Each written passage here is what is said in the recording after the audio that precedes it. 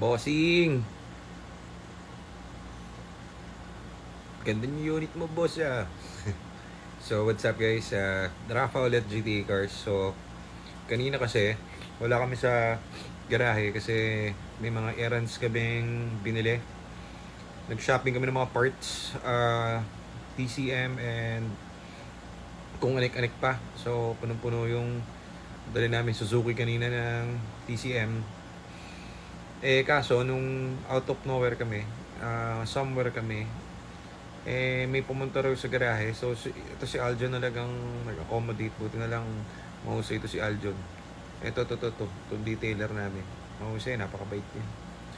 So, ah, lagi raw nanonood si Sir. Kaya naman. So, ibig sabihin, kita niya yung mga unit. So, hindi ko alam eh. Gusto follower natin to si Sir. So, solid Sir, salamat. Thank you very much po. At napili niya, hindi ko alam, bigla na rin silang pumunta sa shop. So, namili siya bigla. Nalulupitan nga ako dun sa mga bumibili kasi basta may certain sila, kunwari either EcoSport or Fiesta yung kukuhanin nila. So sobrang pasalamat ko sa inyo kasi ibig sabihin may bigat yung mga pinagsasabi ko dito sa Facebook or sa TikTok. So maraming salamat po. And sigurado naman kayo hindi magkakamali kasi like I've said, wala pa naman nabalik sa amin na ganyan. Fiesta na 2012 meron. Siguro mga 2 beses na since dati. Pero syempre sa business naman wala namang perfect. Siguro sa 10 merong mga 2, mga ganun. Pero sa EcoSport wala pa. Saka sa Fiesta na 2014 above wala pa. Syempre yung mga lower model kasi kano lang naman yung mga 180k. So syempre may mga ang tawag dito, hiccups yung ibang unit. Pero as I've said, wala kami tinatakbuhan dyan kahit matagal na. Tapos magkaroon ka ng problem, oxygen sensor or kahit anong sensor. Kami bahala sa unit mo, pupuntahan ka pa namin. So, ganun kami sa shop. Di kami, alam mo yun, may ano kami sa mga bumibili kasi ang nagiging problem namin sa ganyan. Kung bibili ka. Siyempre kapag bumili ka na kasi ng kotse, second hand yan eh. Basta mailabas mo na ng gate yan ng showroom, wala na yan. Hindi kasi kami ganun, hindi kami nasanay ng ganun kasi proper din yung pagturing namin dun sa client.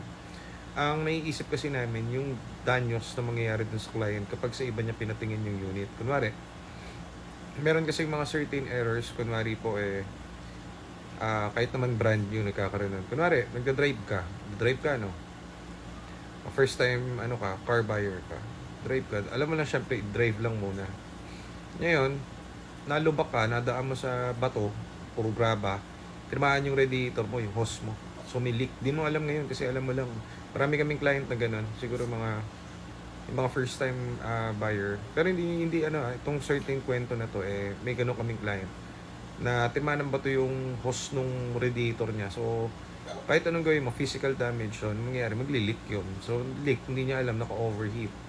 Pero matibay kasi ang makina ng Fiesta, EcoBoost, saka EcoSport. Tolerable yan sa mga overheat. So, walang naging problem. Ang problema lang doon, syempre, dinadrive niya na naka-limp mode. So, may mga ganong case, may mga ganong scenario. And kami ready kaming tumindig sa mga ganyang scenario kasi kawawa naman yung makakabili. Kasi kunwari, nabili mo, no? So, ang gagawin, papatignan mo yan sa iba. Pag pinatignan mo yan sa iba, naku, sasabihan ka niya na agad, baba na yung makina, ganyan.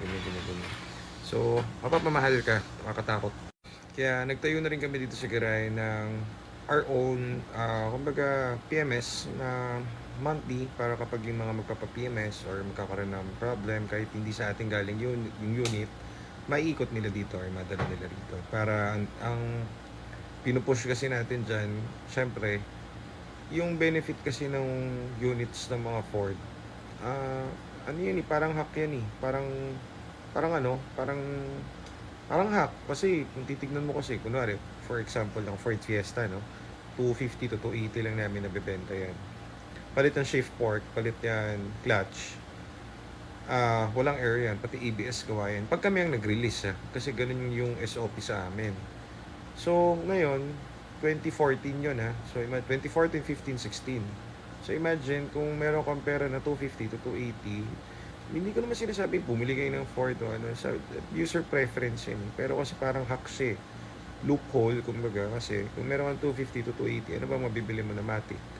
Ako, as a matagal ng car dealer, wala kasi akong maisupalpal na po pwede na modelo, modelong kotse na ganun. Ay, pwede pala FD, Honda FD.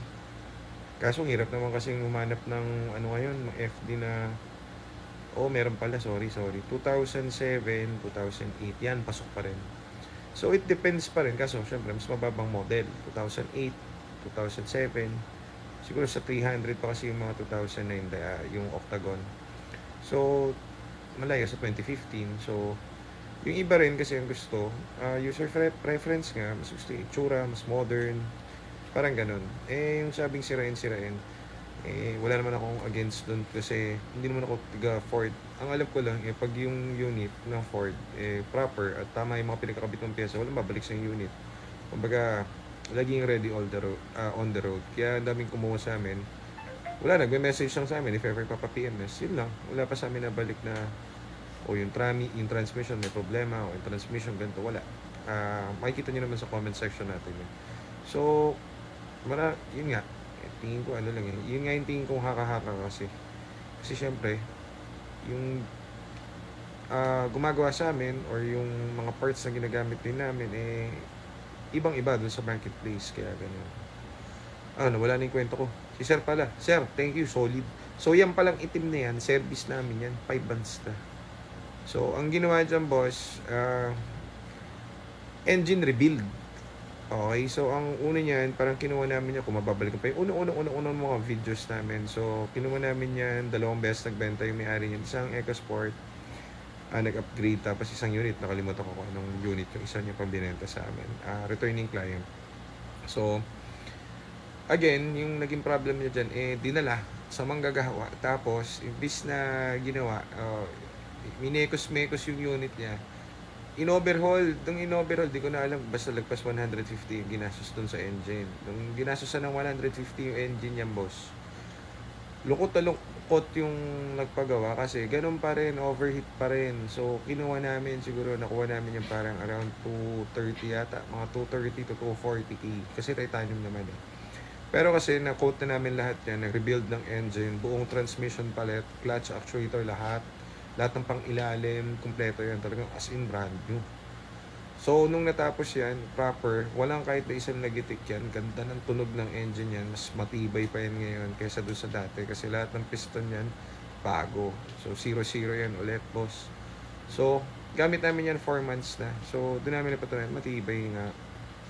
Sa ano talaga, sa gumagawa talaga. Lintik yung gumawa sa yan. So, paulit-ulit yung mga kwento ng mga ganyan. So, at least na share ko lang. Tapos gusto ko lang din mag-thank you dito kay sir.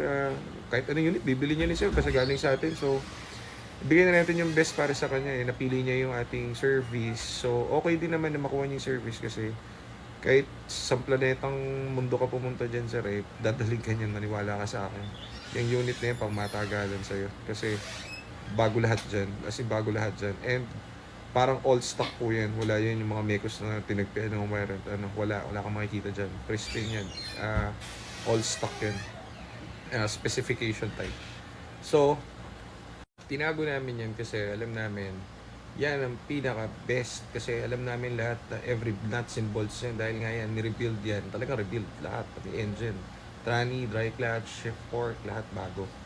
Ginastosan talaga namin kasi servicein namin sa Kaso mga 4 months lang kasi kulang kami sa tao. Nangyari, yung ibang mga EcoSport natin dyan, kami nagda-drive, di na namin nagagamit kasi tigi-tigi sa kami EcoSport. Tuwing uuwi kami or may pupunta kami, tinetest drive namin lahat. So, pinaka-iba kayo yun. Pinaka-best yan para sa amin. Ngayon, ang gagawin nating service is yung isa, meron kaming EcoSport dito na hindi magawa-gawa. Hindi naman sa hindi siya magawa-gawa. May kulay orange kami dyan na EcoSport. Kapag hindi namin magawa, hindi namin bibenta. Kasi may isang error eh. Actually, di naman siya error. Ang sira niya, nabili namin ganun na. May problem yung remote function nung susi. Ayaw pa namin gasusan kasi natamad kami.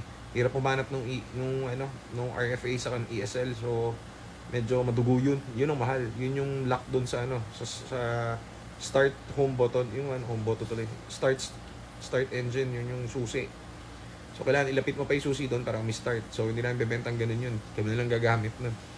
So, ayan. So, thank you ulit, sir. Maraming salamat. Tapos, kita tayo Thursday. Ready na itong unit mo. Papadetail muna namin para hindi nakakaya. Para malinis yung malinis. Thank you very much. I love you, sir. Mua-mua, chup-chup.